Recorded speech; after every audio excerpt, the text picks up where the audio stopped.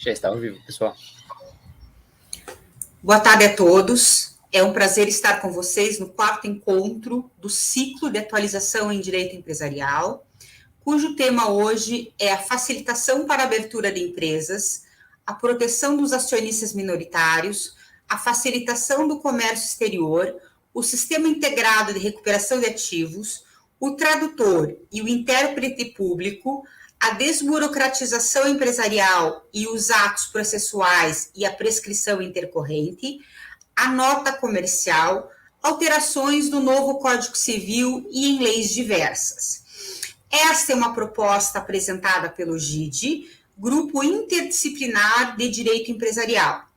Essa temática, assim como os outros encontros que foram realizados ao longo deste mês, estão devidamente gravados e podem ser encontrados no curso do GIDE, que é um canal específico do YouTube, que possui também o nosso curso de Direito Comercial, que foi realizado o ano passado, cujas gravações estão lá, que podem ser vistas por todos vocês, bem como compartilhadas. Então, eu espero que todos possam usufruir dessa plataforma para assistir mais uma vez e aprender conosco toda a discussão do direito comercial que está sendo debatido pelo GIDE ao longo desta pandemia. Essa é uma iniciativa do professor Haroldo Versosa, que está aqui conosco, que palestrará junto com a professora Muriel e a professora Amanda. Então, professor Haroldo Malheiros do Clerc Versosa é sócio da do Clerc Versosa Advogados Associados, professor sênior de Direito Comercial da Faculdade de Direito da USP e idealizador do GIDE, Grupo Interdisciplinar de Direito Empresarial. Muriel Waxman, mestre em Direito Comercial pela USP, tem LLM pela University of Chicago e é sócia da Tonete Advocacia. E Amanda Gouveia Toledo Barreto, que é pós-graduada em Direito de Mercado Financeiro e de Capitais pelo INSPER, mestrando em Direito Comercial pela USP e advogada atuante em departamentos jurídicos de instituições financeiras. Agora passo a palavra ao professor Haroldo Versosa para a abertura desse ciclo de debates. Muito obrigada. Obrigada, professora Alexandra. Estamos dando início ao nosso último evento deste ano, patrocinado pelo GIDE, com a colaboração de diversos dos membros desse grupo, que foi criado em março do ano passado, justamente para a discussão de temas relacionados ao direito empresarial. Hoje nós vamos falar sobre alguns temas, como foi anunciado já pela professora Alexandra, e a mim caberá falar sobre as mudanças na proteção ou dita proteção aos acionistas minoritários, objeto e lei recente. Eu peço ao André que coloque na tela o slide número 4. Isto. A sistemática que foi adotada nas mudanças correspondeu a uma nova redação a dispositivos da Lei 6.404, de 76, que é a nossa lei das sociedades anônimas, e também a Lei 7.903, de 89, que trata dos crimes empresariais. Nós não vamos trabalhar com essa última parte, apenas uma breve menção. Essa mudança abrangeu tanto a companhia fechada como a companhia aberta, havendo dispositivos especiais para o segundo caso. E sabemos que a vontade das companhias abertas é estabelecida nas deliberações de suas assembleias gerais. E os minoritários sempre, ou quase sempre, são vencidos pelo voto majoritário do controlador em condições normais. E temos ter conosco, nos ater ao fato de que o controle é um fato. É um fato em relação ao qual o direito toma determinadas medidas, o direito societário, quando se trata de abuso. E a regra geral dentro das companhias, das sociedades de maneira geral, é a cada ação um voto. E aí nós temos uma possibilidade, de acordo com a lei, da limitação da quantidade de votos para reduzir um pouco o poder do controlador, dentro de necessidades que venham a ser, devem estar presentes em algumas situações. E há um mecanismo importantíssimo, já presente na lei desde o seu advento, que é o mecanismo especial de proteção por meio da tutela do abuso do poder de controle, que nós não estaremos cuidando hoje. Pode passar ao próximo slide, André.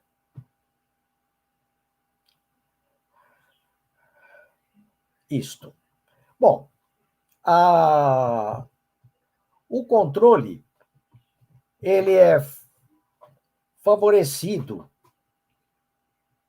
ainda mais quando a sociedade emite ações preferenciais sem direito de voto, ou seja, esses acionistas aportam capital para a sociedade, na verdade, como investidores, porque eles não têm direito de voto, e lhes é permitida alguma interferência na sociedade de maneira limitada, podem ser ouvidos na Assembleia Geral, mas eles não têm voto para serem computados. E há, então, uma proteção parcial estabelecida pelo critério da limitação da quantidade de ações preferenciais a 50% do capital, e o direito dos minoritários para a eleição em separado de membros do Conselho de Administração e da diretoria. Esses mecanismos, eles reduzem um pouco, sem tirar o controle de quem o tenha em mãos. E nós verificamos que essa proteção que já existia na lei desde que ela foi promulgada e nas modificações que se seguiram, esse sistema veio a ser desbalanceado pela introdução das ações com voto plural nessa reforma que estamos tratando hoje. É uma questão que está sendo muito debatida na doutrina, a adoção do voto plural no direito brasileiro. E é interessante que, falando de proteção de acionista minoritário, vem, na verdade, uma proteção do controlador, que é o voto plural, por meio do qual ele, com menor participação no capital da sociedade, ele tem votos suficientes para ter o controle nas suas mãos. Uma observação que, pela própria lei, as normas não são aplicadas à sociedade comandita por ações, ao Conselho de Administração, a autorização estatutária para aumento de capital e emissão de bônus de subscrição, cerceando um pouco o uso desse instituto. Países que adotam o voto plural, que eu saiba, entre outros, Estados Unidos, França, Itália, Holanda, Suécia, Dinamarca e Argentina. Tirando a Argentina, que todo bom brasileiro não leva muito a sério, aqui brincando entre nós, os outros países que adoram o voto plural são países relevantes no mercado de capitais em relação ao direito societário, e cabe indicar as razões pelas quais eles optaram por esse mecanismo. Próximo slide, por favor. Então, o tratamento geral é geral para as companhias abertas e fechadas, mediante a criação de uma ou mais classes de ações ordinárias ou preferenciais. E observando-se, ao nosso ver, e de muitos que comungam da mesma opinião, o voto plural não é condizente com essa anunciada proteção dos minoritários pelo exame que nós fazemos do Instituto. Já disse, o controlador, investindo menos, ele controla a sociedade, ele tem o risco de, no momento que a sociedade, porventura, vem à falência, ele perde menos do que perdem os demais acionistas. Isso, no mercado de capitais, feriria o princípio da democratização. Falando de companhias abertas, companhias que têm um capital disperso, capital dito pulverizado.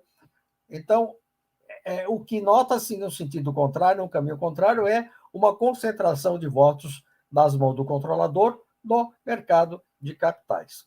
Aí pergunta-se, seria essa uma contradição com os princípios do mercado de capitais?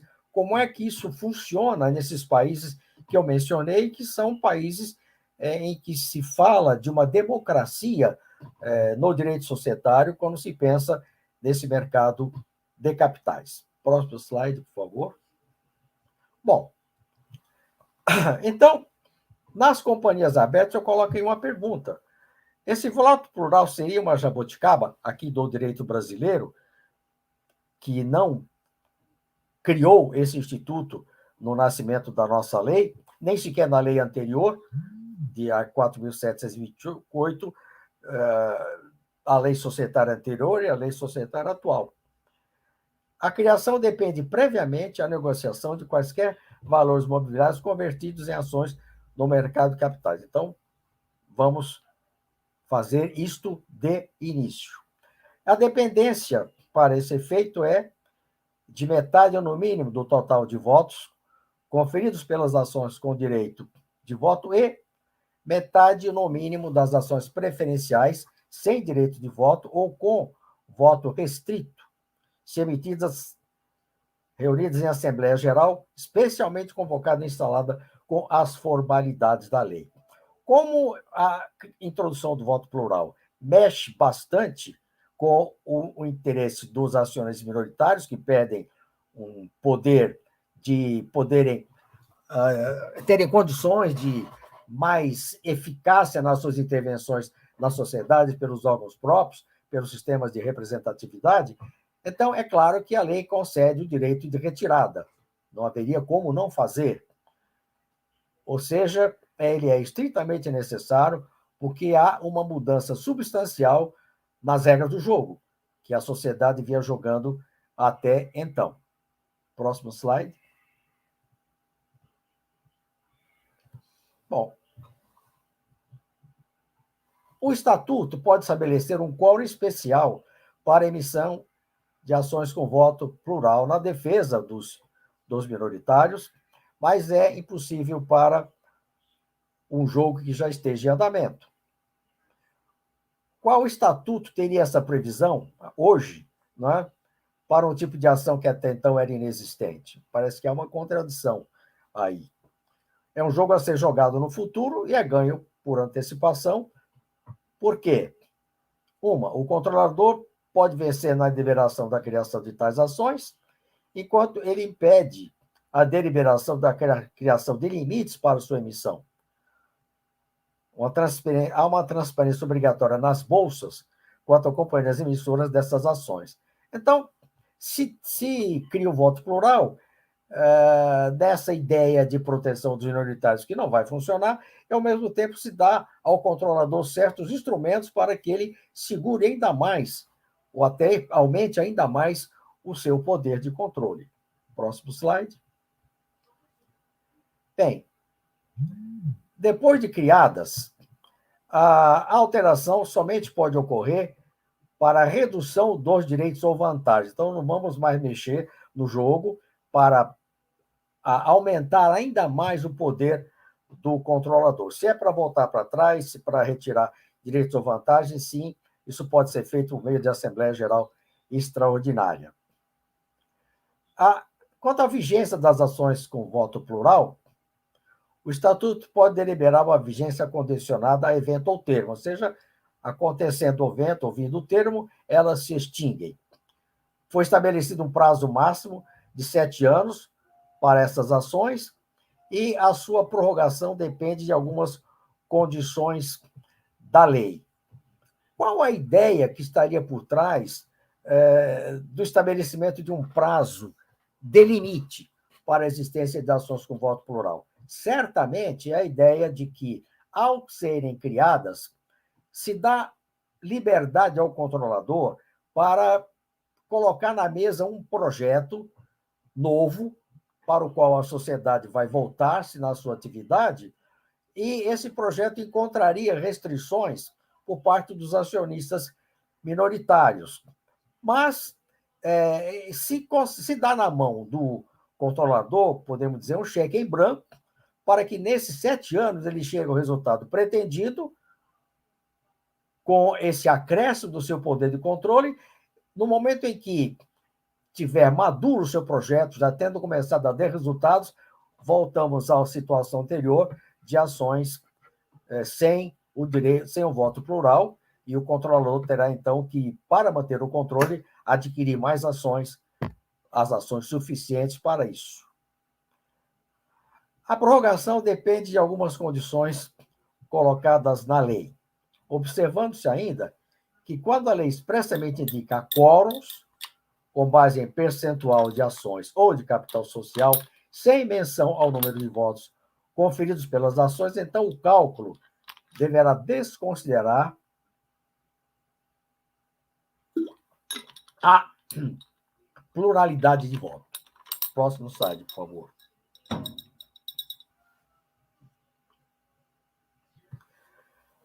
Há uma conversão prevista automática em ações sem voto plural quando houver transferência a qualquer título a terceiros, exceto nos casos em que o alienante permaneceria diretamente como único titular de tais ações e no controle dos direitos políticos por elas conferidos. Ou o terceiro for titular da mesma classe de ações com voto plural a ele alienadas. Ou transferência ocorrer no regime de titularidade fiduciária para fins da constituição de depósito centralizado. Ou ainda contrato ou acordo de acionistas e titulares de ações com voto plural e acionistas que não sejam titulares dessas ações, havendo a disposição sob exercício conjunto do direito de voto. Ou seja, regra geral, na alienação das ações transferidas a qualquer título, termina o voto plural. As exceções estão estabelecidas aqui nos incisos 1 e 2. O que demonstra que ele foi criado com o sentido personalista. Aquele controlador que tem um determinado projeto, para o qual ele precisa de aumentar o seu poder de controle, perde essas ações, perde esse direito, essa qualidade de voto plural nessas situações de transferência, com algumas exceções, as quais, no fundo, permitem identificar que estamos dentro de uma mesma pessoa ou um grupo de pessoas. O núcleo de interesse permanece o mesmo, em prática. Então, esse modelo personalista, seria ele compatível com o mercado de capitais? Pensando que há sociedades abertas nesse sistema? Próximo slide. São vedadas algumas operações quando existem ações com voto plural. Aqui estão elas enunciadas: incorporação, fusão da companhia aberta que não adote voto plural, cujas ações ou valores imobiliários conversíveis e ações sejam negociados em mercados organizados ou companhia que adote voto plural. Então, vejo que essas operações societárias ficam vedadas. Cisão de companhia aberta que não adote voto plural e cujas ações ou valores imobiliários conversíveis em ações sejam negociados em mercados organizados para a constituição de uma nova companhia com adoção de voto plural ou incorporação de parcela cedida em companhia que o adote. Então, há uma certa proteção aqui da sistemática que está posta, então, em relação à qual as mudanças dessa natureza não podem ser realizadas. E, ainda cerceando um pouco o direito das ações com voto plural, não será adotado nas votações pela Assembleia de Acionistas que tenham objeto as deliberações de remuneração dos administradores, celebração de transações com partes relacionadas que atendam aos critérios de relevância a serem definidos pela CVM. Ou seja, quando se não dá essa qualidade de voto plural, quando se trata da remuneração dos administradores, está aqui cerceando o poder do controlador de agir em causa própria, sem contraste por parte dos acionistas minoritários. Próximo slide. E o Estatuto deverá estabelecer, daí necessidade de reforma do Estatuto na introdução das ações com voto plural, além do número de cada espécie e classe em que se viu capital social, no mínimo, previsão estatutária mínima que deve estar presente na reforma, o número de votos atribuídos por ação de cada classe de ações ordinárias com direito a voto, respeitado o limite do caput do artigo correspondente. O prazo de duração, já falamos sobre esse prazo de duração, bem como eventual quórum qualificado para deliberar sobre as prorrogações. O quórum qualificado é importante para equilibrar um pouco esse poder de controle do controlador titular de votos, de ações com voto plural. E outras hipóteses de fim da vigência do voto plural que seja condicionado a evento ou termo, que já falamos também. No campo das empresas do direito público, ele não se aplica. Empresas públicas, sociedade de economia mista e suas subsidiárias e as sociedades controladas direta ou indiretamente pelo poder público. Não há uma razão aqui quanto à sociedade de economia mista, porque elas são regidas pelo direito privado, é o que está na lei.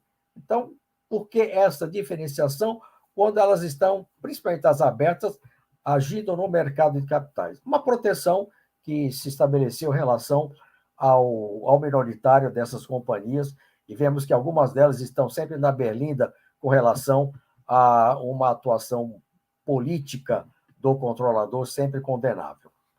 Próximo slide.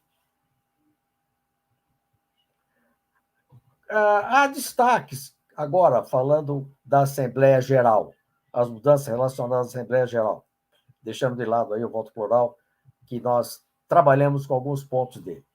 Bom, quanto à Assembleia Geral, destacamos no artigo 122, inciso 10, a deliberação, quando se tratar de companhias abertas, sobre celebração de transação com partes relacionadas, alienação ou contribuição para outra empresa de ativos, caso o valor da operação corresponda a mais de 50% do valor dos ativos totais. Tendo em conta a companhia constantes do último balanço aprovado. Essa medida cerceia a liberdade do controlador quanto a essas operações, desculpem, dando maior proteção aos minoritários.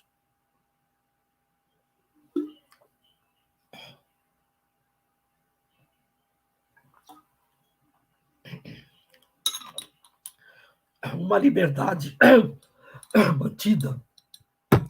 Muriel, fala das próximas transparências até voltar a voz, por favor.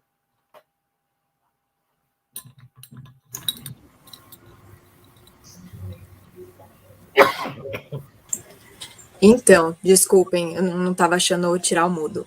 Boa tarde, vou tentar ajudar o professor a dar continuidade à palestra. Uma das novidades, né, que a nossa lei das SA também recebeu por conta da MP é justamente a celebração de transações com partes relacionadas, alienação, contribuição para outra empresa de ativos com operação correspondente ou maior de 50% do valor dos ativos totais da companhia constantes do último balanço, né? Então, nesse sentido, com relação à Assembleia Geral, essa nova medida, ela justamente cerceia a liberdade do controlador quanto a esse tipo de operações, né, de transações de partes relacionadas. Então, dando uma maior proteção, naturalmente, aos acionistas minoritários. Logicamente, quando o valor fica dentro desses 50%, né, dos ativos totais da companhia, a liberdade é mantida, né? E nesse sentido, a nossa opinião é justamente de que o critério utilizado é bastante arbitrário, né? Na verdade, é simplesmente numérico, esse 50% da onde que ele surgiu? né? Teve alguma pesquisa de mercado que foi realizada para a gente chegar à conclusão de que 50% faria sentido, né? E fica aí a dúvida que o legislador deixou para a gente. Pode passar, André, por gentileza. Professor, o senhor conseguiu recuperar a voz? Bom, outra mudança da MP que a gente recebeu esse último ano, que foi convertida em lei, é justamente a AGE para a reforma do Estatuto, né? A instalação da Assembleia ocorre em primeira convocação com a presença de acionistas que representem 2/3 do total de votos da companhia, mas pode se instalar em segunda convocação com qualquer número. Além disso, é necessária a aprovação de acionistas que representem pelo menos metade do total dos votos conferidos pelas ações com direito a voto, se maior quórum não for exigido pelo Estatuto da Companhia, cujas ações não tenham sido admitidas à negociação em bolsa. Né?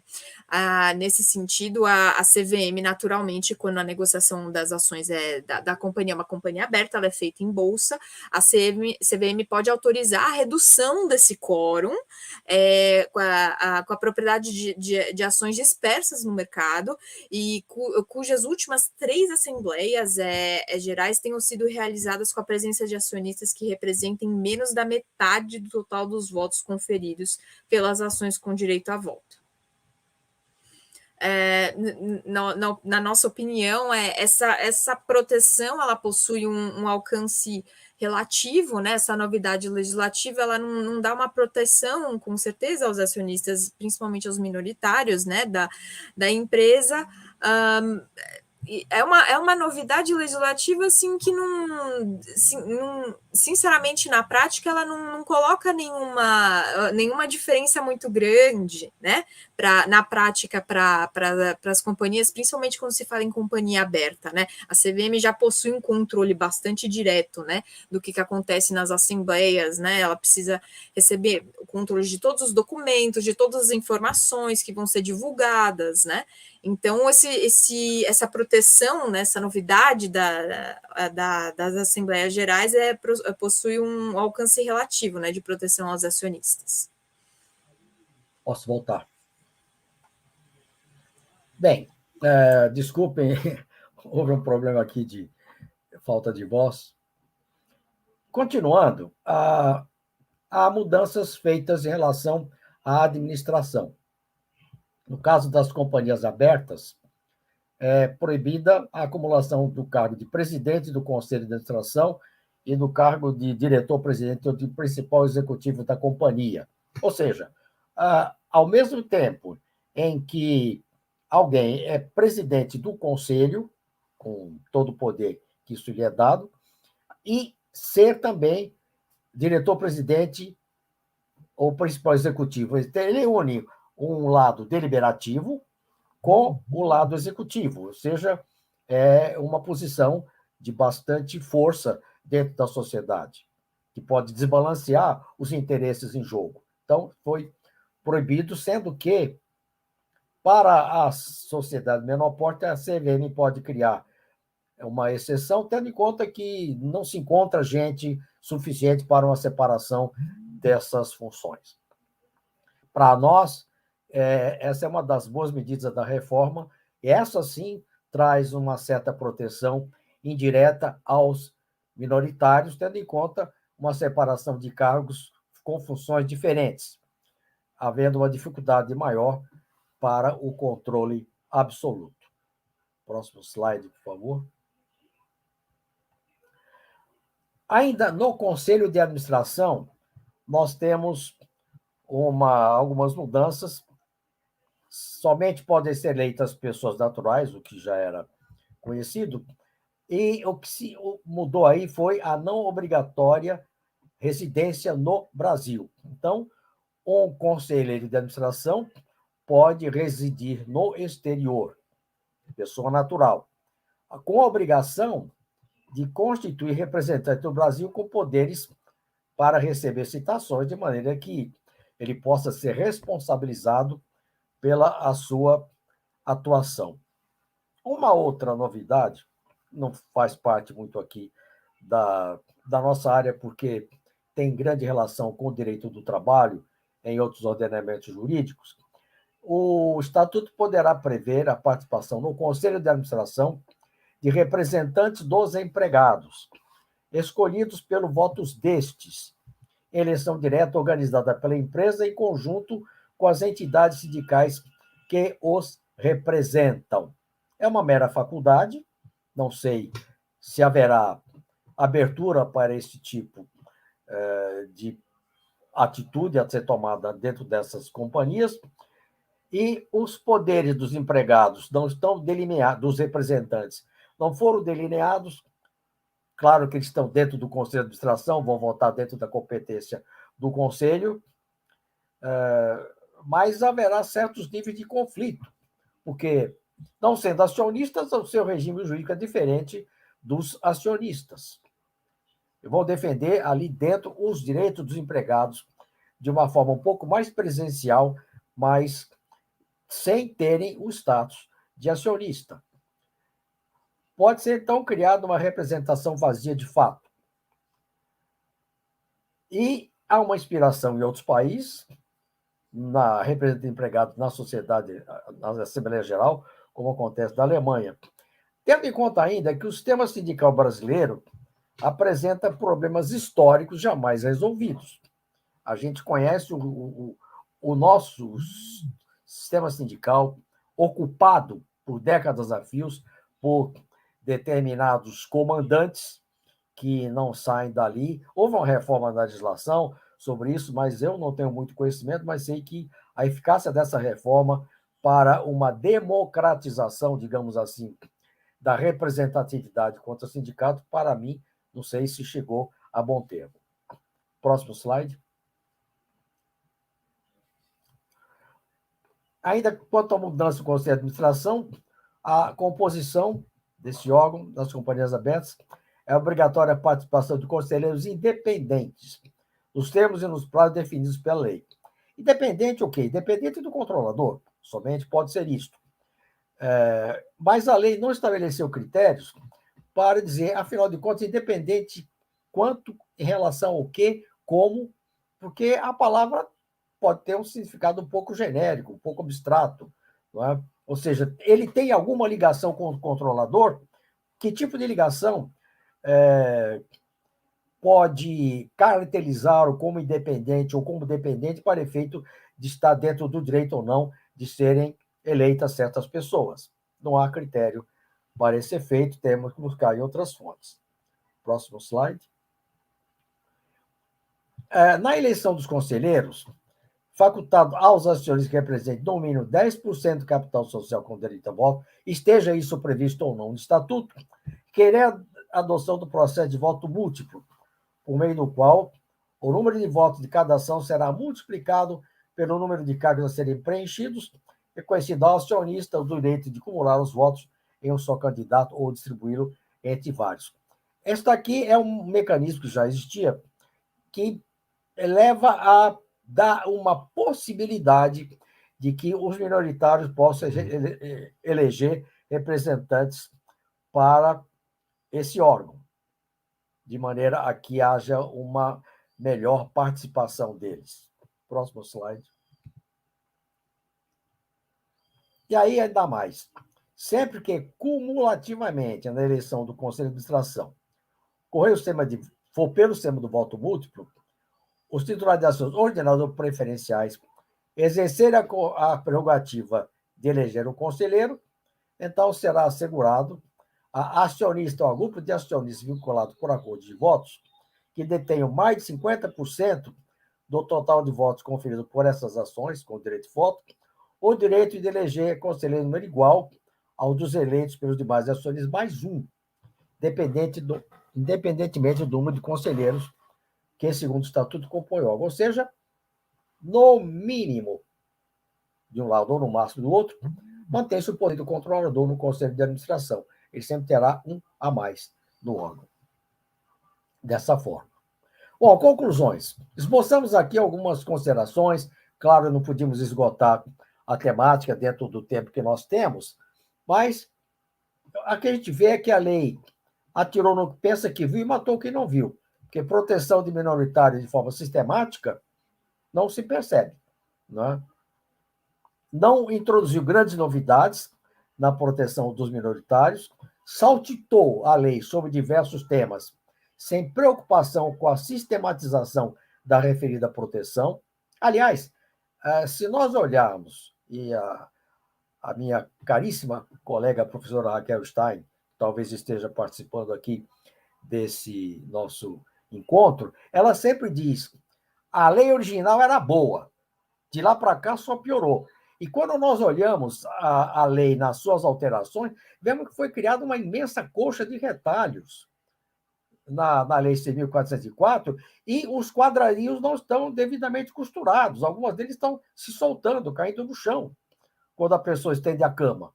Então, é um problema seríssimo esse.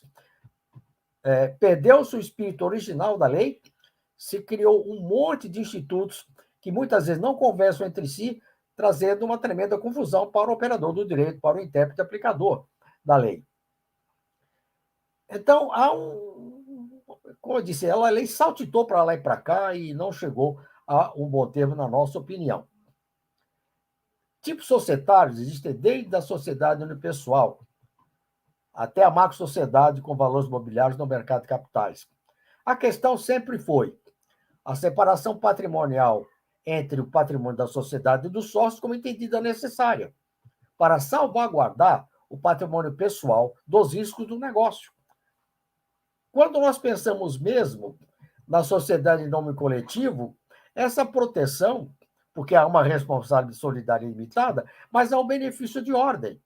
Ou seja, antes de se recorrer aos bens do titular, do sócio, desse societário, tem que se esgotar o patrimônio da sociedade. Depois vai atrás dos bens dele. E quando se cria uma sociedade anônima, essa responsabilidade se dá somente pelo valor que ele leva para a sociedade a título de integralização do seu capital.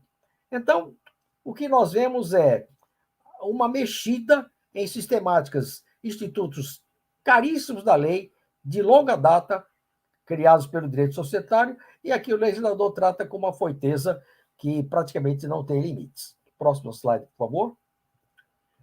Sabemos que a sociedade anônima é o modelo mais utilizado no Brasil depois da sociedade limitada. A necessidade de proteção dos minoritários depende inicialmente de um tratamento diverso em companhia fechada e aberta, claro. São situações jurídicas distintas em função dos objetivos que a companhia aberta tem de buscar recursos no mercado diferente da companhia fechada. Em novos modelos que nós temos visto surgirem no direito comparado e até no Brasil, recentemente, nós vemos que é possível que um acionista entre com a cara e a coragem em uma sociedade, aceitando correr riscos diante do controlador. Por quê? Ele entende que esse controlador tem capacidade de tocar um projeto de sucesso ao qual ele adere. Ele investe nisso sem se preocupar com o exercício de direitos políticos. Por exemplo, ser minoritário com a Luísa Trajano no controle é diverso ser minoritário do João Ninguém. Então, são situações distintas que a lei não cuidou de tratar de forma adequada. É o que nós tínhamos a trazer no momento. Se der tempo, nós podemos responder algumas perguntas. Eu devolvo a palavra à professora Alexandra com o meu agradecimento. Muito obrigado. Muito obrigada, professor Versosa, pela experiência, né, em tratar de um assunto tão importante e tão debatido, né, e que merece maior atenção, né, uma discussão aí tão delicada que está por vir ainda, né, que a gente precisa de maiores debates. Eu passo a palavra, então, para a professora Muriel, por gentileza, suas explanações para o público. Obrigada. Obrigada, professora. Queria agradecer Agora voltando, né, me apresentando, meu nome é Muriel, eu queria agradecer as apresentações, né, da querida professora Alexandra, que são muito importantes, sempre muito e são imprescindíveis para esses eventos. Naturalmente, o professor Versosa, idealizador do nosso grupo de amigos e estudantes, e a Amanda, que está a minha colega hoje, aqui participando desse seminário com a gente, para finalizar com chave de ouro o ano de 2021 para o GID. Vamos passar, então. Pode passar, André, por gentileza?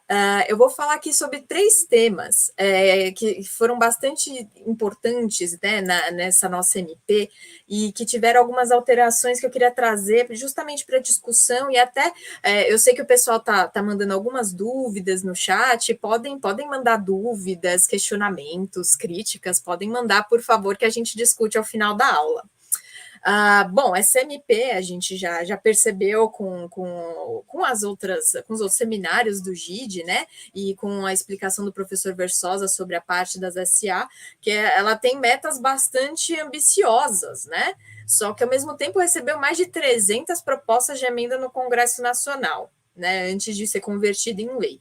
Então, agora a gente tem que trabalhar com esse texto final, né? Da conversão da MP e sendo que essa MP, ela teoricamente, ela surgiu justamente para minimizar o tão mal falado custo Brasil, né, de se investir no Brasil, ainda mais depois dessa pandemia, investir no Brasil não é tão interessante, né, mais para o estrangeiro, até mesmo para o brasileiro, começar uma empresa é complicado, mas nesse sentido, será que a CMP e a lei que resultou da sua conversão, será que ela de fato reduziu esse custo Brasil? Bom, então vamos lá, o nosso primeiro tema pode passar, André, é a facilitação para abertura de empresas, né? Teoricamente, a Lei 14.195, seu capítulo 2, ele foi reservado para as medidas pensadas justamente para facilitar a abertura de empresas no Brasil, né? Pensando no ranking do Doing Business do Banco Mundial, o nosso governo pensou que era necessário melhorar a posição do Brasil nesse ranking, né? Então, nesse sentido, a lei, a medida provisória e a lei que resultou da sua conversão, ela aproveita a rede nacional para simplificação do registro e a legislação de empresas e negócios, que é a rede SIM, que foi criada em 2007, justamente para simplificar e integrar o processo de registro de empresas no Brasil. E, nesse sentido, a legislação nova, ela promoveu alterações às regras com o objetivo de expandir as facilidades introduzidas pelo REDSIM.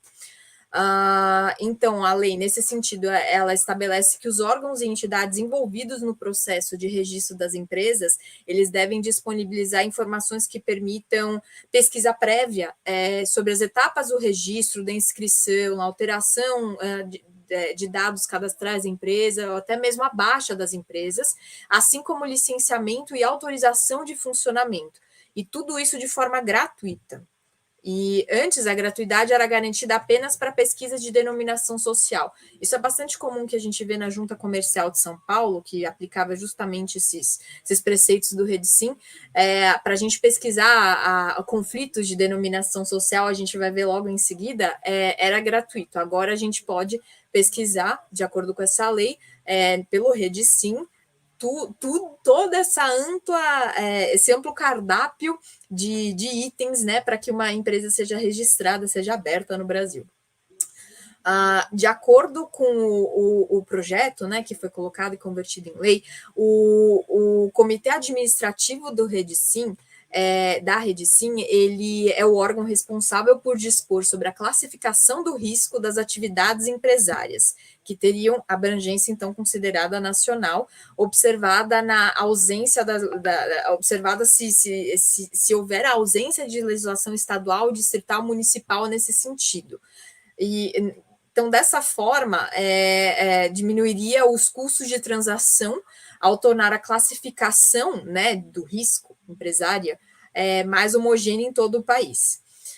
Nesse sentido, nós consideramos que essa tarefa é um pouquinho problemática, certo? Porque, primeiro, nosso Brasil, nosso grande Brasil, é formado por vários Brasis, né? A gente tem uma variação de perfil socioeconômico muito grande de todas as regiões do país. Então, algum lugar pode apresentar um maior risco e ter um perfil muito diferente do outro, sendo que esse perfil em outra região seria completamente diferente, apresentaria um risco completamente diferente.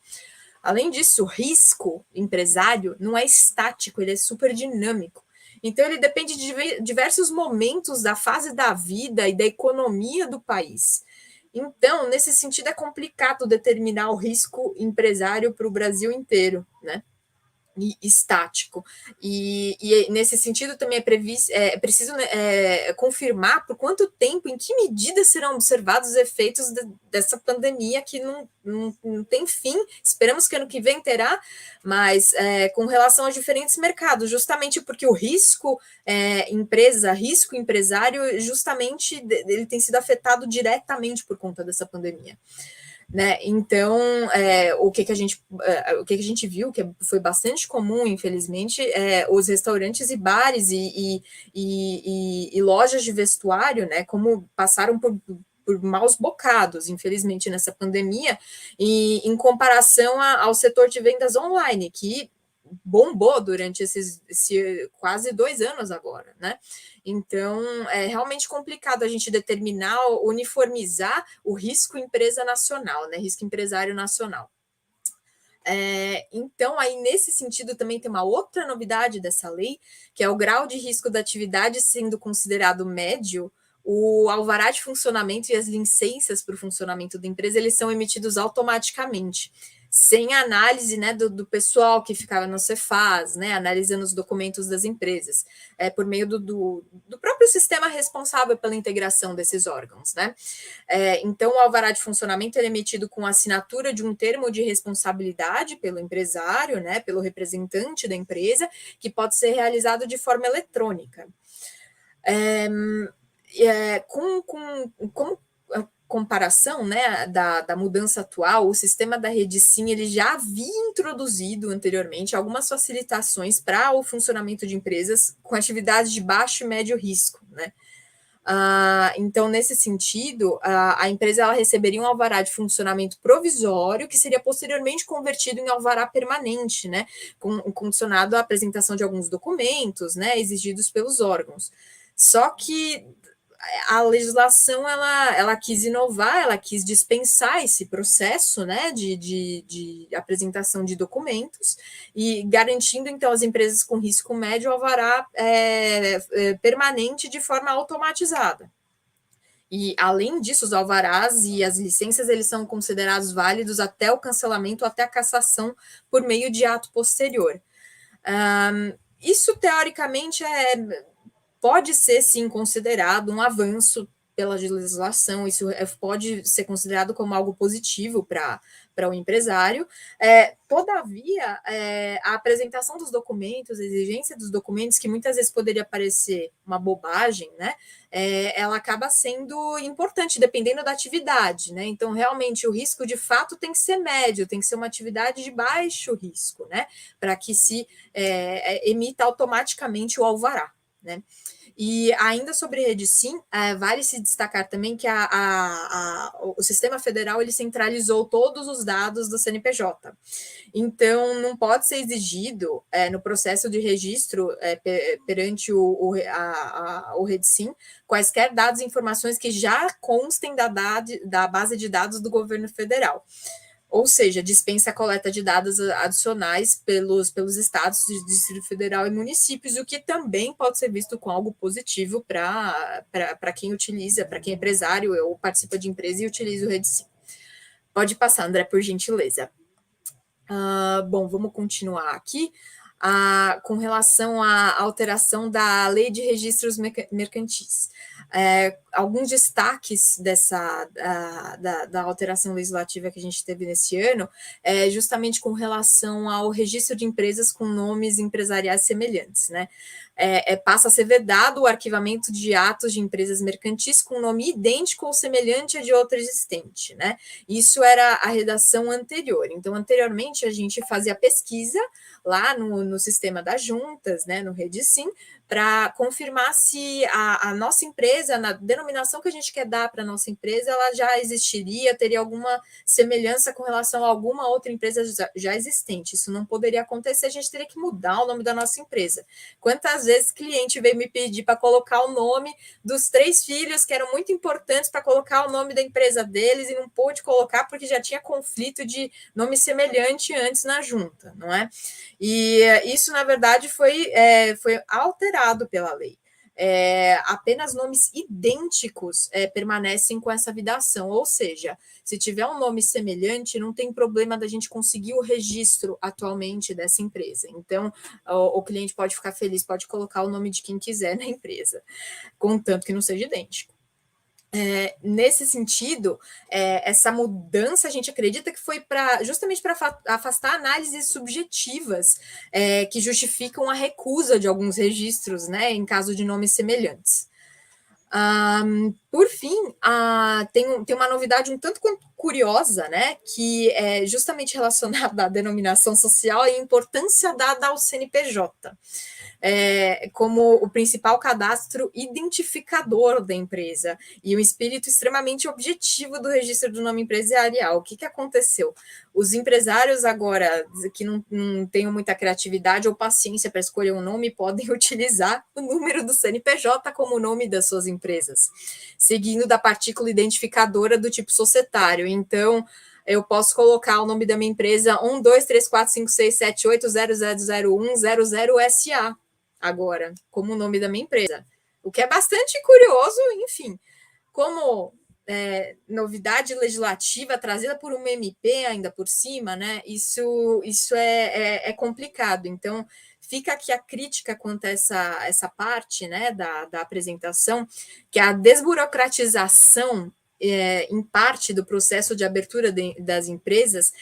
Mesmo assim, a gente não pode não pensar no critério de urgência que deveria ter essa MP. Uma MP, ela tem, conforme a Constituição determina, ela precisa ter um critério de urgência. E essa alteração legislativa, do jeito que ela foi colocada, salada de informações e de tipos de direito envolvidos, né, uma metralhadora giratória nas mãos de um exército desatinado, como diz o professor Versosa, ela é muito questionável, esse critério ele é muito questionável, né? Então, até que ponto a SMP, de fato, ela deveria ter sido convertida com essa quantidade de novidades legislativas, né?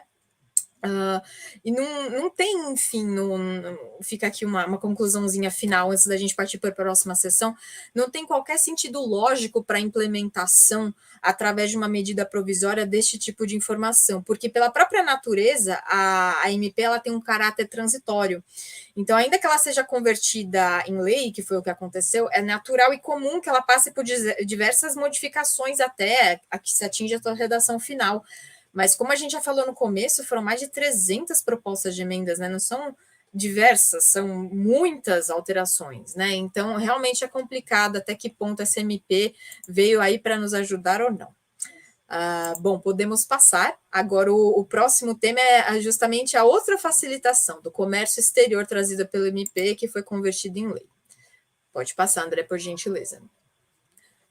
Aqui a gente tem 3 seções novas incluídas no capítulo 4 da nova lei. A primeira seção é justamente relacionada às licenças, autorizações ou exigências administrativas para importação e exportação do Brasil. Então, há uma alternativa digital agora para os serviços, ao determinar a legislação que os importadores, exportadores e demais intervenientes do comércio exterior podem utilizar-se de um guichê único eletrônico para encaminhamento dos documentos, que é o Portal Único de Comércio Exterior. Nesse sentido, os exportadores, importadores, os participantes, né, do COMEX, fornecem os dados e informações aos órgãos da administração pública por meio desse portal único. Nessa forma, a burocracia do Siscoserv, que era o Sistema Integrado de Comércio Exterior de Serviços Intangíveis e outras operações que produzam variações no patrimônio, que é o antigo sistema, que foi substituído por esse portal único, ele é extinto. Então, essa burocracia toda foi extinta justamente para a alegria dos importadores e exportadores do Brasil. Então, de fato, essa mudança ela pareceu algo positivo para o comércio exterior brasileiro. O segundo ponto que a gente queria levantar aqui, que a legislação ela veda o preenchimento de formulários em papel ou em formato eletrônico, ou a apresentação de documentos em formato distinto da solução do guichê único, exceto se as circunstâncias técnicas do caso em específico impossibilitem o uso da solução do guichê único eletrônico, ou se os procedimentos de habilitação, registro, certificação mais apropriados puderem ser aplicados de modo análogo ao que é utilizado pelo guichê eletrônico. Então, nesse sentido, o que o legislador tentou? Ele tentou reforçar o papel de destaque do portal único, né, desse guichê único, justamente tentando centralizar todas as informações, os dados, os documentos nesse sistema. O resultado da análise desses documentos é fornecido à administração pública por meio do guichê único, ele é divulgado nesse mesmo sistema, podendo a entidade responsável determinar exigências a serem cumpridas nos termos da lei. Naturalmente, todas as taxas elas são pagas direto no guichê único, então é uma outra facilidade, né, trazida pela lei, não existe necessidade de abrir outras guias, né, na internet para pagamento de taxas. Além disso, a lei ela agora veda a imposição de exigência da licença ou de autorização sobre importação ou exportação, em razão de características das mercadorias, quando não estiverem previstas em ato normativo, devendo eventuais exigências das autoridades a serem colocadas no guichê público serem revistas pelo executivo. A gente tem a Lei 12.546 de 2011, que instituiu o Reintegra, que é o regime especial de reintegração de valores tributários para as empresas exportadoras. Essa lei também foi alterada, justamente para que os órgãos da administração são agora obrigados a compartilhar os dados e informações relativos às transações entre os residentes e domiciliados no Brasil e no exterior, que compreendam operações que produzam variações no patrimônio das pessoas físicas, jurídicas ou entes despersonalizados com a Secretaria Especial do Comércio Exterior. Então, teoricamente, a alteração dessa lei também, pela MP, pela conversão da lei, também é algo que facilita e aumenta a transparência, né, quando se há uma alteração, variação patrimonial, né, por conta das operações de comércio exterior. Outra alteração também importante com relação ao comércio exterior é justamente a chamada origem não preferencial. As mercadorias resultantes de mão de obra ou de manufatura de um país, elas são consideradas originárias do local em que ocorrer, de fato, a transformação substancial dessa mercadoria. Antigamente era o chamado processo de industrialização. Só que a lei ela alterou a definição do processo de transformação substancial para o produto que tenha sido elaborado e tenha utilizado materiais não originários do país, principalmente quando se resulte de algum processo de transformação que confira uma nova individualidade, caracterizada pelo fato de estar classificado em posição tarifária, diferente da posição dos materiais, ou quando o valor aduaneiro desses materiais não exceder 50% do valor FOB, Free On Board, do produto, né, que é da transição do produto quando ele está sendo importado e exportado. Então, nesse sentido, o que a gente percebe é bastante informação, mas é uma pequena inconsistência legislativa. A MP ela não determina a ordem de prioridade para esses requisitos, justamente para a gente definir o que é a origem não preferencial. Se um produto satisfaz ambas essas condições que eu acabei de falar, que resulta de um processo de transformação que confere uma nova individualidade para o produto e também tem um valor aduaneiro excedente a 50% da FOB. Ele pode ser considerado como tendo dois países de origem, né? Então, qual seria a origem preferencial, não preferencial desses produtos? Justamente a comprovação da origem ela é verificada mediante a apresentação pelo exportador do produtor ou pelo importador de informações relativas ao índice dos materiais, não mais insumos, os materiais não originários utilizados na obtenção desse produto. o produtor estrangeiro, o importador ou o exportador, no Brasil, eles podem passar por diligência ou fiscalização, justamente para que a autoridade pública verifique a origem desses produtos, e essa novidade, teoricamente, ela favorece a eficiência do processo de verificação, de acordo com o legislador. Além disso, caso o produtor estrangeiro, o exportador ou importador, eles neguem acesso, não forneçam as informações ou criem obstáculos, né, para que essa verificação ocorra, a mercadoria é presumida como originária do país gravado com a medida de defesa comercial que motivou a abertura da investigação dessa origem não preferencial. Todavia, fica a questão: qual a necessidade dessa regulamentação toda criada, se a não comprovação da origem das mercadorias justamente implica na presunção de que elas são originárias de um país gravado com a medida de política comercial que motivou a abertura de todo esse processo de fiscalização? Então, novamente, o legislador pecou na urgência dessa MP, colocar uma urgência tão grande para um assunto que aparentemente não tem uma urgência tão grande, né?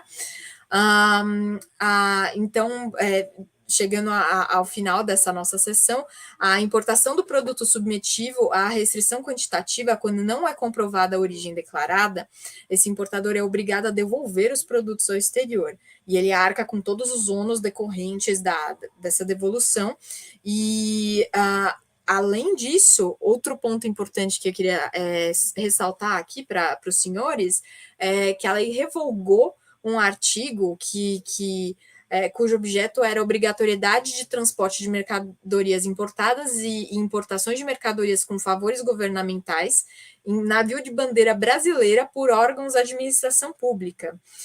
Então, nesse sentido, o certificado da ANTAQ ele não é mais necessário. Novamente, assim, não era uma novidade legislativa obrigatória, muito importante para justamente o custo do Brasil reduzir, mas pelo menos essa obrigatoriedade desse certificado da ANTAQ, ela era uma excrescência não racional e bastante antieconômica, né, de ser exigido do importador. Então, pelo menos isso. Podemos passar, André, o próximo tema agora é Sistema Integrado de Recuperação de Ativos, é o último tema que eu vou incomodá-los hoje. Bom, o Sistema Integrado de Recuperação de Ativos, o CIRA, ele foi implementado pelo artigo 13 da Lei 14.195, que é a conversão da MP, e ele lançou justamente a pedra fundamental do sistema do CIRA a ser implementado pelo Executivo Federal, pelo Poder Executivo Federal. Então, com o destino de facilitar a identificação, a localização e a constrição dos bens e o alcance dos devedores em âmbito nacional. Nesse sentido, a lei ela coloca de forma bastante ampla alguns objetivos. O que seriam objetivos do CIRA?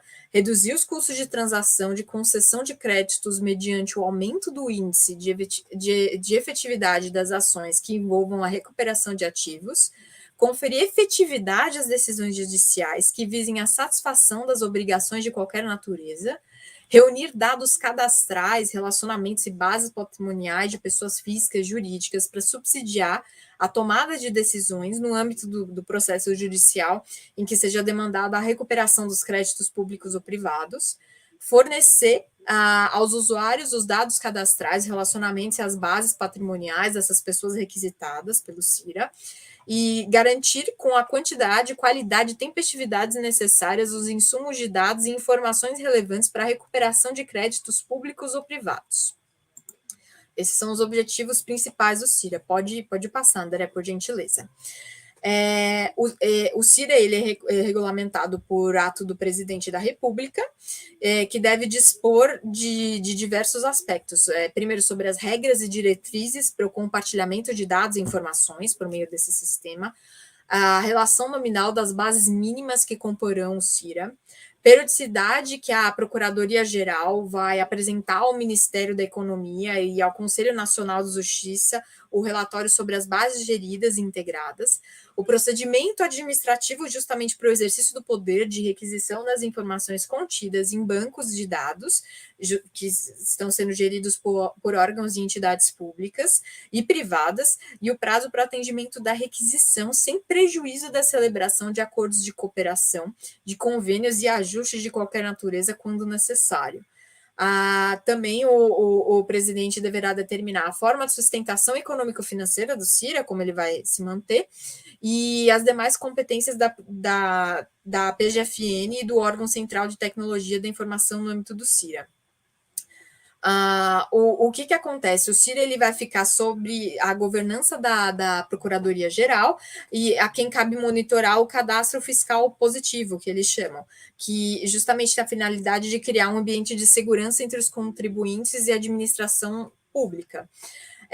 Com isso, teoricamente, o CIRA ele garantiria uma maior previsibilidade das ações a serem promovidas pela Procuradoria no tocante à recuperação de ativos decorrentes de débitos fiscais, além de criar um espaço favorável à resolução consensual dos litígios que eventualmente surjam em decorrência desses débitos.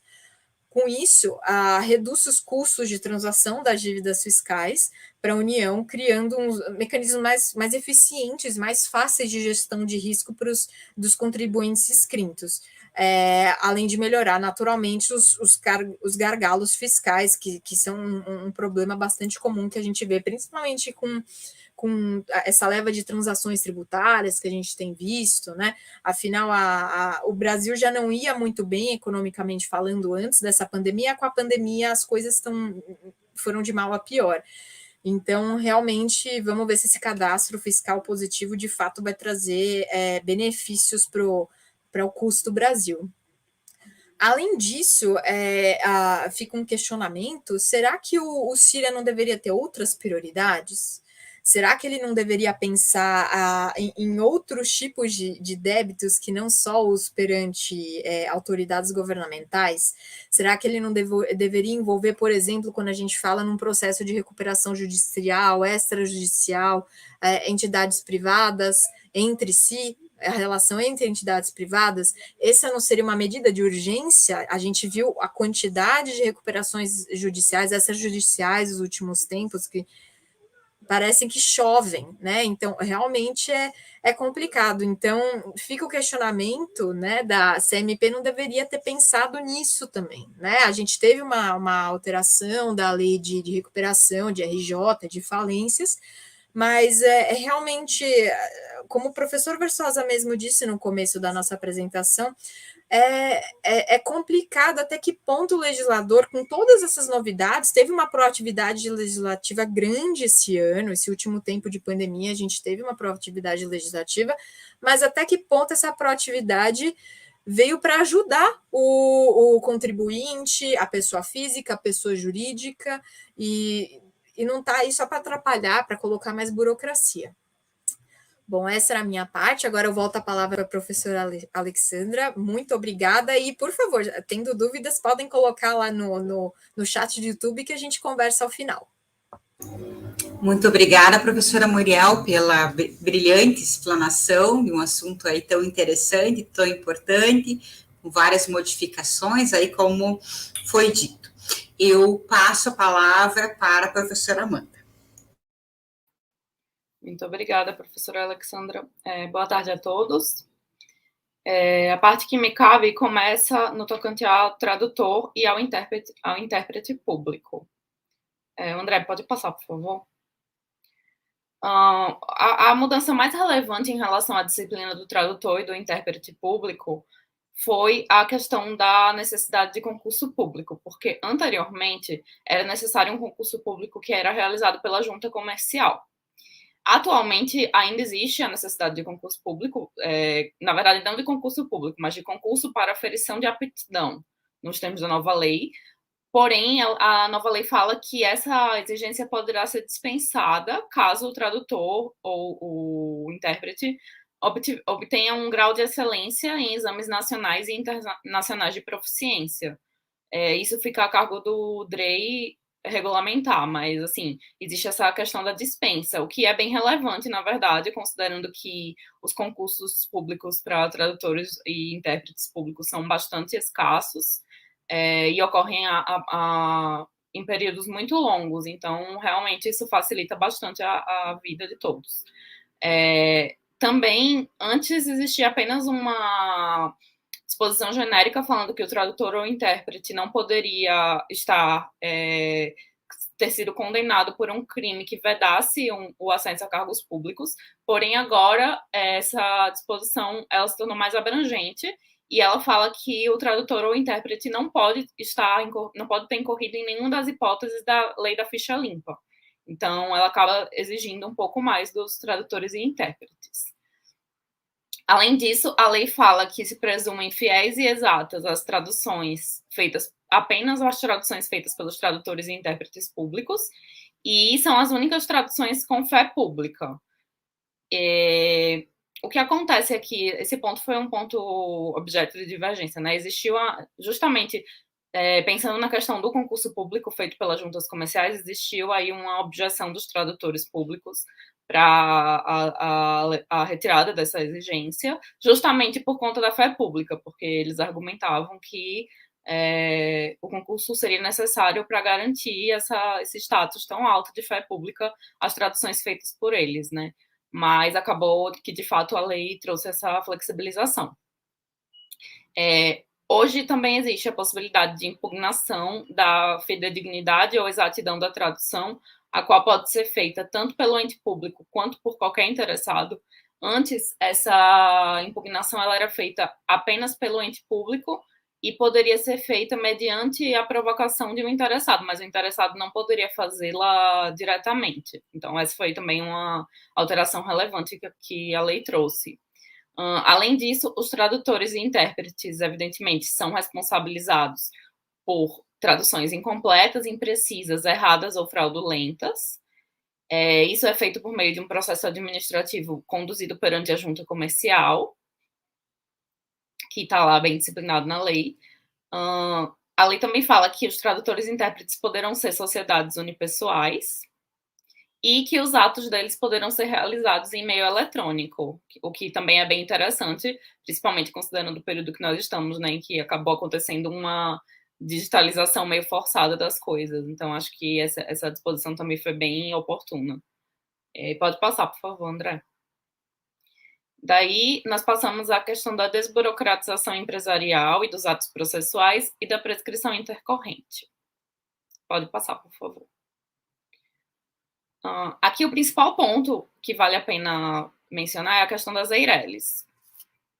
Porque a lei, ela fala que as EIRELIs existentes atualmente, né, no momento da entrada em vigor da lei, devem ser transformadas em sociedades limitadas unipessoais, independentemente de qualquer alteração em seu ato constitutivo. Então, isso deveria ser feito meio que automaticamente pelas juntas comerciais, né? E daí surge a dúvida sobre se a EIRELI continua existindo.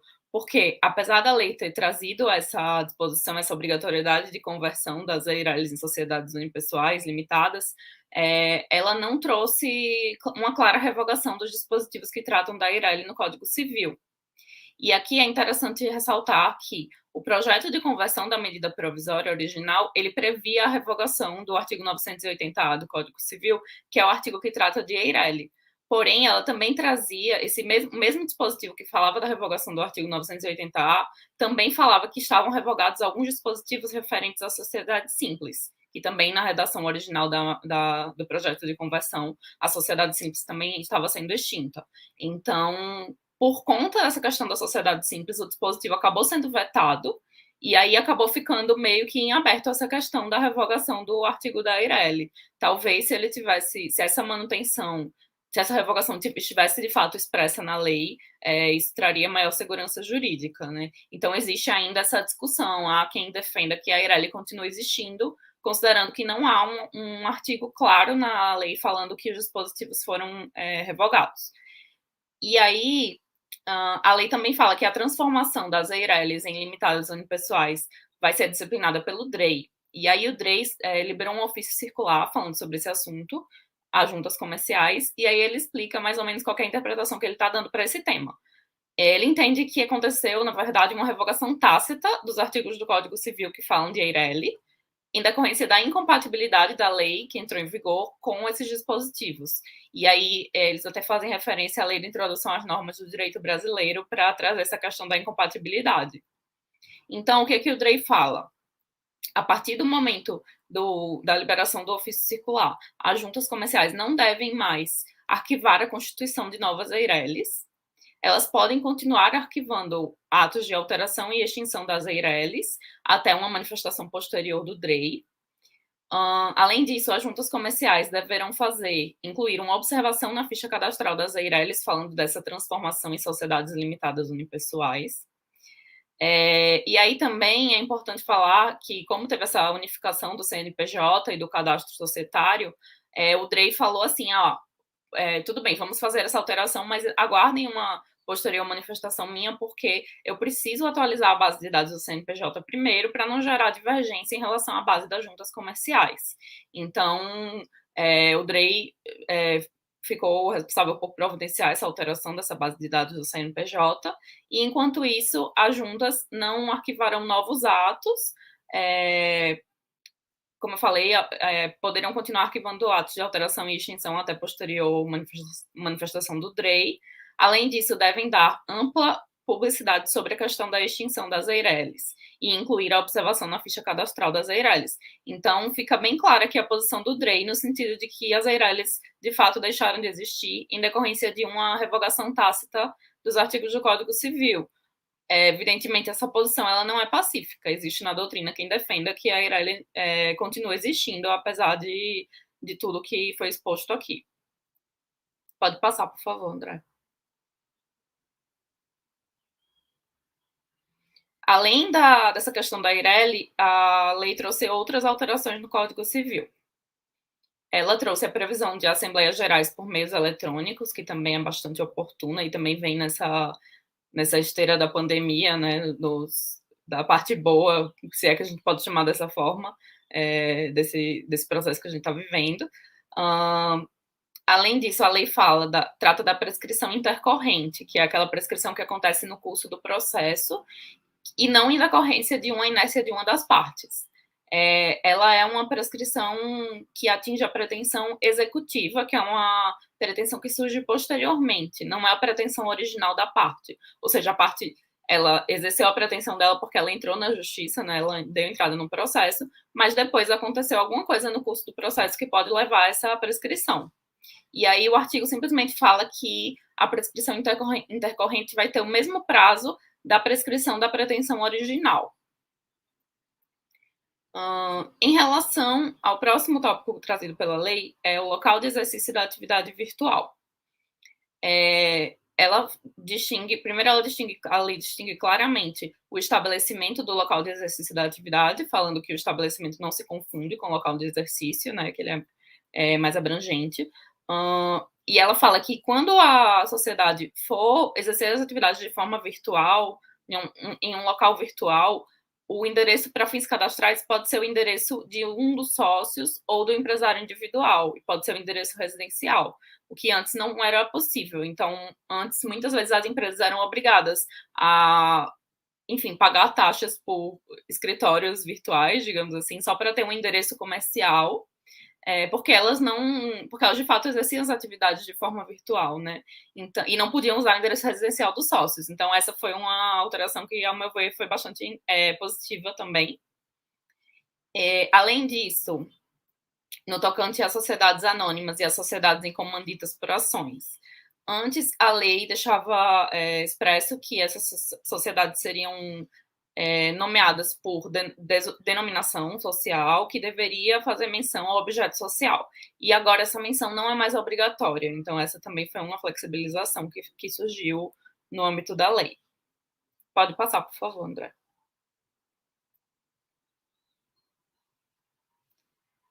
E aí nós passamos ao tópico da nota comercial. Pode passar também, por favor. A nota comercial, cabe contextualizar aqui um pouco, ela existe há muito, muito tempo, né?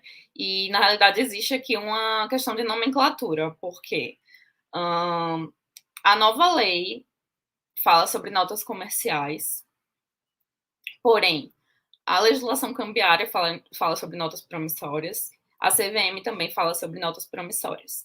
E a Lei 6385, que é a Lei de Mercado de Capitais, quando regula as notas comerciais como valores imobiliários, também fala notas comerciais. Então, na prática, acaba que essas duas denominações acabam se confundindo bastante. Então, falta aqui uma precisão e uma definição do que, de fato, qual denominação que deveria ser utilizada para esses valores imobiliários. A lei fala que a nota comercial é um valor mobiliário que pode ser livremente negociado e que representa uma promessa de pagamento em dinheiro. Ela pode ser emitida por sociedades anônimas, por sociedades limitadas ou por cooperativas. E aí aqui é bastante interessante, né, ver que na prática a nota comercial ela acaba funcionando meio que como uma alternativa, digamos assim, à debênture. Então, muitas vezes, quando a empresa não podia emitir debêntures, ela partia para a nota comercial. Quer por ser um título de mais curta duração, quer por ser um título mais barato, ou mesmo por uma vedação legal, regulatória, etc., de emissão de debênture. Então, por exemplo, existe uma grande discussão sobre se as limitadas podem ou não emitir debêntures.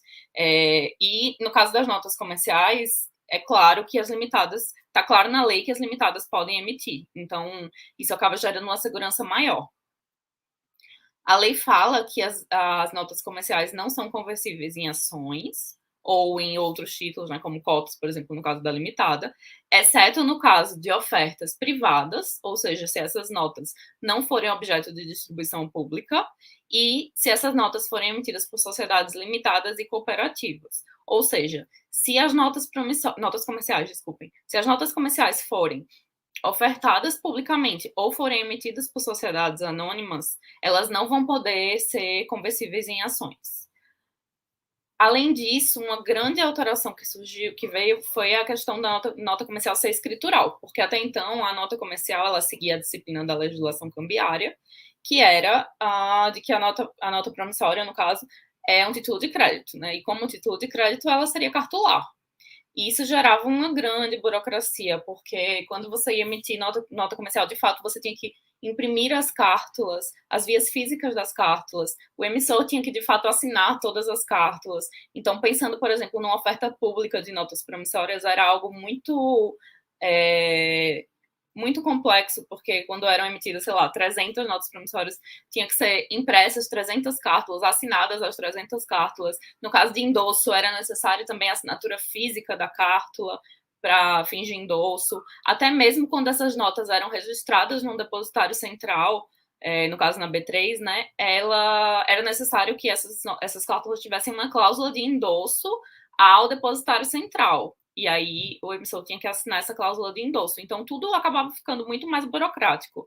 A partir dessa lei, a nota promissória, a nota comercial, se tornou um título escritural. Então, ela é emitida por meio de um termo de emissão, e não mais por meio de uma cártula física, que, a meu ver, é um grande avanço. Além disso, a lei fala que é necessária uma deliberação do órgão da administração da empresa para a emissão da nota promissória e nota comercial. Evidentemente, observadas as disposições do estatuto ou do contrato social ou do ato constitutivo. Eventuais alterações posteriores também precisam ser deliberadas em assembleias de titulares de notas comerciais, em regra por maioria simples, exceto se tiver alguma disposição contrária no termo de emissão. Pode passar, por favor, André. Além disso, uma outra novidade que a lei trouxe foi a obrigatoriedade de escrituração dessas notas comerciais por escrituradores autorizados pela CVM nos termos da Resolução 33, que são os escrituradores de valores mobiliários. Sendo a nota comercial um valor mobiliário nos termos da Lei 6385, faz sentido que ela seja escriturada como um valor mobiliário, né? Então, no caso de distribuições privadas, existem algumas exigências específicas para essa escrituração. A escrituração deve ser feita conforme padrões técnicos adequados, em conformidade com os parâmetros do BIS, inclusive no tocante à segurança, governança e continuidade de negócios, ou seja, disponibilidade de sistemas, etc. Além disso, o escriturador deve garantir acesso integral às informações relacionadas à escrituração. Também deve garantir acesso amplo a informações claras e objetivas aos participantes do mercado, evidentemente observadas as restrições legais existentes sobre o acesso a informações. E também o escriturador deve garantir interoperabilidade com os demais sistemas de escrituração autorizados pela CVM, de modo que se o emitente decidir, ou o titular, né, da nota comercial, decidir transferi-la para um outro escriturador, isso seja possível. E a legislação também traz uma restrição ao falar que as instituições autorizadas a prestar serviço de escrituração, ou seja, os escrituradores, não poderão escriturar títulos em que eles sejam credores ou emissores, direta ou indiretamente. Então, por exemplo, se uma instituição financeira, um banco, atuar, se for um credor de uma determinada nota comercial, ou mesmo um emissor, o que, enfim, pode acontecer também, ele não vai poder ser escriturador, ele vai ter que contratar um terceiro para escriturar essas notas comerciais. Pode passar, por favor, André. Aqui é o último slide. Então, a legislação fala que a CVM pode trazer requisitos adicionais às notas comerciais objeto de oferta pública ou que sejam registradas em sistemas mercado de balcão organizado, né? Inclusive, a eventual exigência da existência de um agente fiduciário para os titulares de notas comerciais. E, por fim, no tocante à execução também, a lei deixa claro que não é necessário protesto, porque antes, como eu falei, seguia-se a disciplina da legislação cambiária, né, então poderia existir essa questão do protesto, porém hoje fica claro que a nota comercial não precisa ser protestada antes de ser executada. A execução pode ser feita simplesmente com base na certidão emitida pelo escriturador ou pelo depositário central, caso a nota comercial seja objeto de depósito. Então, isso torna também a execução bem mais simples, né? Basta o comprovante do escriturador ou do depositário central, e isso já é um título executivo extrajudicial. Então, a prática, acredito que também vai se tornar bem mais fácil. E esses eram os pontos que eu tinha para trazer. Muito obrigada. Devolvo a palavra para a professora Alexandra. Obrigada, professora Amanda, pela atenção e pela discussão da temática. Eu tenho uma questão que foi apresentada aqui, professor, pelo público que está assistindo. Eu vou colocar para o senhor e para os demais palestrantes, caso queiram comentá-la. A pergunta é do Giovanni, ele faz a seguinte questão: qual a opinião dos palestrantes sobre o voto plural vir a ser adotado como uma espécie de ação ordinária? Professor, o senhor está no mudo. Nós já falamos da razão pela qual é criada a ação com voto plural numa companhia. Mandar mais com menos dinheiro. Fundamentalmente é isso. E significa que o que perder, se por acaso o projeto é errado, o controlador perde menos dinheiro do que perde o resto dos acionistas. Ao se criar uma classe de ação ordinária com voto plural, que pode ser a única ou pode estar em paralelo com outras classes de ações ordinárias com voto plural, só vai funcionar para o controlador, com os objetivos que ele tenha, se dessa forma ele puder controlar os destinos da Assembleia Geral, usando menos dinheiro para manter o direito de voto ou incrementá-lo. Então, é um mecanismo, como nós temos mencionado aqui, para essa finalidade, que é lícita, não há problema nenhum. Como eu disse, se é a Luísa Trajano que cria uma ação dessa espécie e coloca no mercado, faz um lançamento público, eu posso comprar tranquilo, eu conheço a capacidade que ela tem e o grupo dela tem de gerar dinheiro. Então, cada caso é um caso. Muito obrigado.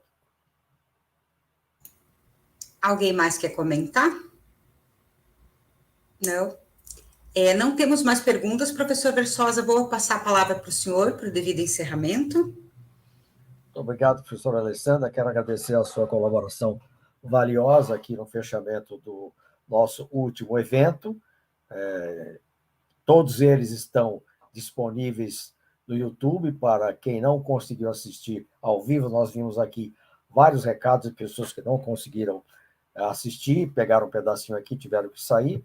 Então, quem tiver interesse pode depois assistir, e agradecemos à organização, ao André e a todos que ajudaram a montar esse evento e os anteriores, nos despedindo com felicidades para este final de ano, para o ano que vem, ameaçando vocês com novos eventos no futuro, que nós já estamos pensando em organizar. Obrigado, Muriel, obrigado, Amanda, obrigado, professora Alexandra, obrigado, André, e até uma próxima oportunidade. Boa noite.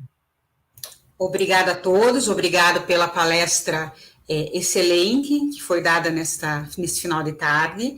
Eu quero agradecer a todos os componentes do GID que participaram desse ciclo de debates, promovido pelo professor Versosa, devidamente organizado, sempre proativo em temas relevantes sobre o direito empresarial, principalmente com essas inovações, como disse a Muriel, o presidente da República e seus elementos que fazem girar aí a legislação, fizeram algumas alterações, mas nem sempre tão adequadas para o direito comercial, gerando aí muitos debates e muito serviço para a gente, né? Porque, na verdade, nós temos que debater e construir toda essa discussão ao longo desse tempo. A gente não sabe o que vai acontecer com essas interpretações, vamos ver aí ao longo dos próximos anos, se não tiver nenhuma nova alteração, né, pessoal? Porque sempre vem uma nova alteração. Mas o importante é que como disse o professor Versosa, esses demais eventos estão gravados, que podem ser assistidos com mais calma, analisando as considerações e ponderações que foram realizados pelos palestrantes desses 4 encontros, e realmente o GID, ele é inovador, ele é preparado, discute questões muito avançadas e que vocês podem desfrutar sempre quando são marcados esses encontros pelo professor Versosa. Eu queria aqui fazer um agradecimento especial para o Centro Acadêmico Baldino do Amaral, que nos apoiou, né, o CAUA, na pessoa do João Kleina, na pessoa do André e na pessoa de todos aqueles que estarão aqui nos acompanhando, estavam aqui nos acompanhando nos bastidores. Então, muito obrigado a todos, um Feliz Natal, um excelente ano, que 2022 seja um ano com muita saúde para todos vocês. Obrigado a todos. Tchau, uma boa noite. Obrigado.